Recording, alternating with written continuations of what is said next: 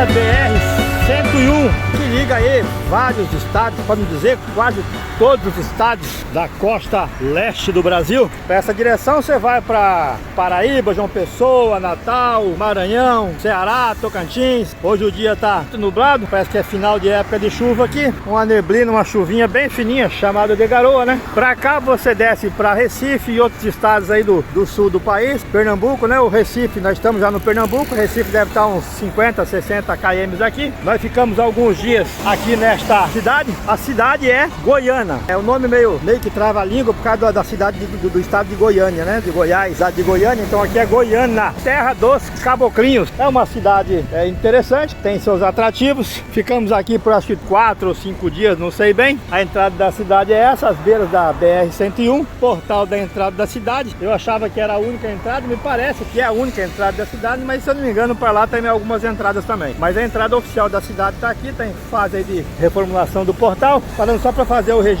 aqui do mais um portal de uma cidade, que é a nossa primeira cidade no estado do Pernambuco. Pernambuco teve grande importância histórica nas lutas que a nação enfrentou aí no seu passado. Me parece, pelo que eu vejo aqui nos registros históricos, a maioria dos movimentos de revoltas populares, de guerra civil, ocorreram aqui na região do estado do Pernambuco, deixando aí um legado histórico riquíssimo, fascinante, com figuras importantes, como o que a gente mostrou aí nas paredes que contam histórias, figuras muitas conhecidas popularmente na história do Brasil, outras nem tão conhecidas, meio que anônimas, mas de grande importância aí histórica no passado da nossa nação.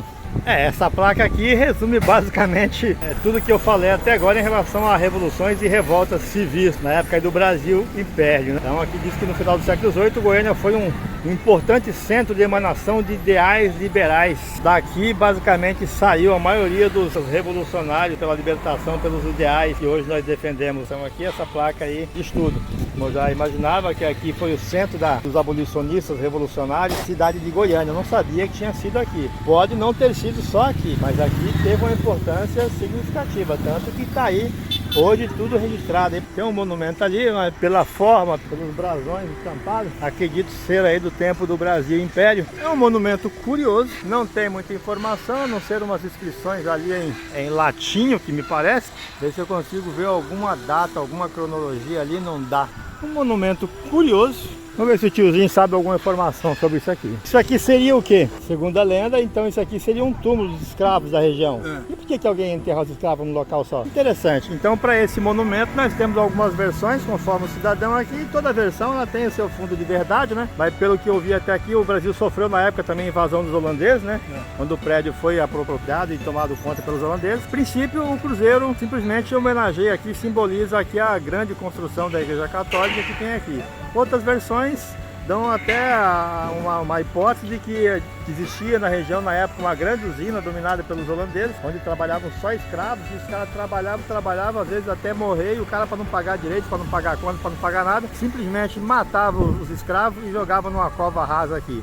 E depois disso foi feito esse monumento em homenagem a esses mortos. Mas são tudo lendas urbanas, né? Ninguém sabe ainda qual é a verdade, não existe aí uma linha de ação aí que direciona realmente do que é esse monumento, mas é um belíssimo monumento. Senhor, obrigado pelas informações aí. Lendas urbanas, né? Isso aqui é uma igreja católica, é a igreja principal. Esse aqui então seria uma das principais igrejas. Não vou dizer que é a mais majestosa, que ela segue uma construção assim que não, a não ser pela fachada, o restante não lembra muito uma igreja. Mas essa é a característica dessa fachada, considerando que aqui ela foi feita a igreja e funcionava também um convento. Então tem essa logística, essa estrutura de alojamentos, de coisa que comporte aí um convento. Mas é uma obra fascinante, bem grande. Ela, juntamente com a praça, ocupa um quarteirão inteiro. Aqui tem uma inscrição aqui do monumento. Vem cá, Levi. Cruzeiro do Carmo. Aqui fala um pouquinho. Então a gente pegou algumas informações com moradores. Geralmente as informações dos moradores elas são mais interessantes. Aqui em paredes que contam a história. Isso aqui seria o Cruzeiro do Carmo, erguido em pedra calcária no ano de 1719, em estilo barroco. Louva a Virgem do Carmelo, envolto em lendas sobre um tesouro subterrâneo e tido como um dos mais belos do Brasil. Cara, legal. Então a lenda envolve aí tesouro subterrâneo e é considerado um dos mais belos monumentos do Brasil, logicamente dentro da sua categoria monumento religioso, né? E não deixa de ser um belíssimo monumento, pelo tipo aí, pelo desgaste natural que ele teve, se tornou mais belo e mais atraente ainda, né? Ele é datado do ano de 1719 e preserva ainda aí a sua originalidade com as pedras, tudo, nem pintura foi feita, me parece. Logicamente que há algum tempo alguém deve ter pintado ele, né? Mas depois disso deixaram uma forma de preservar ele da forma mais natural possível. E agora bem próximo aí a principal igreja da cidade de Goiânia, monumental construção, onde funcionava junto aqui um grande convento, aí uma outra igreja de apoio ao lado aqui, o monumento ali cheio de lendas e histórias, e aqui em paredes que contam a história um pouco sobre a igreja e sobre a praça. Frei Joaquim do Amor de Caneca, olha o nome do cara, mas era o nome dele. Nascido em Recife em 1779, morreu em Recife também em 1825. Maior líder brasileiro e líder intelectual do movimento republicano iniciado em Recife no ano de 1824 contra o autoritarismo do imperador Pedro I. Mais um pouco de história. Rapaz, eu vejo que o Pernambuco realmente teve um legado, deixou um legado importantíssimo em relação às lutas de libertação, de independência, lutas contra o autoritarismo do Império Português. Então, grandes figuras da história brasileira são pernambucanas. E muitas delas aqui dessa pequena cidade com o nome de Goiânia, estado do Pernambuco. Tudo rodeado de história, de plantas da época do Império. Essas palmeiras são centenárias, obras magníficas também centenárias, tudo datando dessa época aí, registrando a história desses personagens que hoje já... A praça está assim hoje, porque é um final de festa, teve final de semana todo de festa, a festa aí religiosa, não sei, em homenagem a que santo, mas uma festa aí de cunho religioso. Eu já andei por muitas cidades com construções históricas, mas nenhuma igual essa aqui. Não existe um monumento histórico específico. A cidade toda é praticamente um museu a céu aberto. Todas as construções a gente observa que são construções bem antigas. Aqui mais paredes que contam história. Avenida Marechal Deodoro da Fonseca, principal avenida da cidade, além de ter sido palco de importantes fatos históricos. Guarda através do seu antigo e atual casório a memória de acontecimentos relevantes. Então guarda através do seu conjunto arquitetônico de casa aqui a memória de acontecimentos relevantes que contribuíram para o desenvolvimento do local. Então mais uma plaquinha aí que conta, paredes que contam história, né? Fala que a rua, o seu conjunto de casórios, conjunto de residências. Cara, o legal de ver isso aqui é que é tudo da época, cara. Todas as casas aqui, todas as casas da rua estão preservadas. Não é uma só não, algumas foram modificadas, algumas modificações poucos assim significativas. Outras já caíram, entraram aí em fase de... Isso aqui, por exemplo, não aguentou. Mas ainda resta aqui, ó, o piso, cara. O piso original aqui de uma construção que no passado foi de alguma celebridade, digamos. As paredes, aquele padrão que não existia coluna, não existia vigamento, né? As paredes eram bem largas. Os tijolos da época ainda preservados aqui. A calçada com a camada de concreto, mas embaixo você observa a calçada original. Mas a rua toda é um museu, como se fosse um museu a céu aberto. Se não fosse por essas árvores aqui, logicamente que as árvores são muito bem-vindas, mas elas escondem um pouco aí da arquitetura, mas assim mesmo dá para você ter uma visão dessa rua magnífica. Se você andar pela cidade toda, essa aqui é um pouco mais concentrada as edificações antigas, mas em toda a cidade, toda a parte da cidade que você anda, você vai se deparar aí com essas construções fantásticas que contam a história do nosso passado aí. A gente está na frente de um estabelecimento que é uma farmácia, ela tem um nome curioso, Farmácia do Pobre. Só que um sorvete de casquinha ali custa nada menos do que 8 merrecas, R$8. Então não está muito condizente com o nome da farmácia do pobre, não. Dando continuidade aí de paredes que contam a história. Essa placa aqui datada de 2016, ela faz cronologia aqui a um antigo cidadão. Rua Cleto Campelo, antigo Beco da Luz. Homenageia o Tenente Cleto da Costa Filho, que nasceu em 1898, morreu em 1906, líder militar pernambucano ligado ao tenentismo, que foi de 1920 a 1930. Movimento que se opunha às práticas viciosas da República Velha. No local do prédio da Câmara Municipal funcionou a usina Electra de Goiânia, inaugurada em 1919. Aqui era uma usina, parece que fornecia energia para a cidade, e hoje está aí contando história em paredes que contam a história. Homenagem então ao Tenente Cléton da Costa, figura militar importante para a história da região. Grande loja maçônica.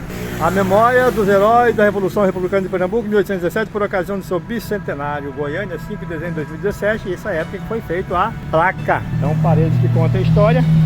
Bela iniciativa aí do município. O prédio quase que original, onde funcionou aí a grande loja maçônica. Mais prédios mais histórias. Só faltou nesse aqui a parede que conta a história. Mas tem o brasão, inclusive, ali de alguém que antigamente as pessoas tinham brasões, né? As famílias tinham brasões. Os nobres tinham brasões para representar a sua fortuna, o seu poder. Cidade cheia de monumentos, cheia de história. Inclusive tem uns adereços bem diferentes aqui, ó, que é uma espécie de azulejo, resina, sei lá. Eu acredito ser da época. Isso aqui devia ser rico pela característica da fachada. Final da rua ali. O legal é que cada prédio aqui, cara, conta um pouco da história. O que eu vejo aqui, tudo muito preservado, tudo muito documentado. Eventualmente você está encontrando uma placa, identificando, contando um pouco o resumo da história do local, do prédio, o que era, o que é. Uma avenida, podemos chamar de uma avenida quase que principal, embora tenha outras avenidas aqui. A diferença dessa aqui é que tem poucos comércios, com exceção de alguns órgãos públicos, ou até bancos, restaurantes, mas não tem aquele comércio popular. Andando aqui praticamente no meio da rua, e você vem aqui, você dá de cara com essa magnífica obra da igreja. Mais um prédio aqui com seus brasões. Mais uma igreja. O relógio não está funcionando, porque agora são 15 horas e ele está marcando muito mais do que isso, né? A igreja, sem comentários, não há que falar muito, a não ser confirmar que é uma magnífica obra. Logicamente deve ter uma importância histórica bem relevante. Aqui, ó, aqui nós temos uma igreja, que é aquilo que o morador falou para nós. Aqui tem uma igreja, aí você vira do lado assim, na mesma quadra quase, tem outra igreja. Por quê? Era a igreja dos pretos, era a igreja dos brancos, praticamente idêntica, iguais. Sendo que a igreja dos pretos aqui parece que é um pouco menor. Um não frequentava o mesmo ambiente que outro, né? Época muito louca, né, velho? Aí a gente chega perto da igreja, começa a ler algumas informações, começa a entender o porquê que naquela época existia a igreja dos brancos, que é uma igreja que tem aqui atrás, e a igreja dos pretos, dos negros. Então a história explica ali. Pera aí, Levi. Essa aqui então seria a igreja dos negros, que eram os negros que vinham da África. E uma forma de doutrinar os mesmos, né, eram pela igreja, já que eles não podiam frequentar as igrejas junto com os brancos. Então construíram a igreja somente para doutrinar os negros. E essa prática é muito comum, não só aqui no estado foi muito comum, não só aqui no estado do Pernambuco, como em outros estados. Eu comecei a observar isso no estado do Goiás e do Tocantins, onde eu comecei a observar essas, de certa forma, uma forma de segregação racial da época, né? Onde existiam essas diferenças de culturas, de raça. Mas enfim, então essa aqui é a igreja dos negros, Nossa Senhora do Rosário dos Negros ou coisa parecida, história bem interessante. E 2 quadras à frente, você tem a outra igreja. Aí você sai dali, anda uma quadra e meia, você já se depara com uma outra igreja. É quase com o mesmo desenho, quase com a mesma arquitetura, mas seria a igreja dos brancos e aquela dos negros. Belíssima arquitetura, belíssima obra. E ali na frente tem mais uma igreja. Caramba! Vamos dar um chego naquela lá para ver.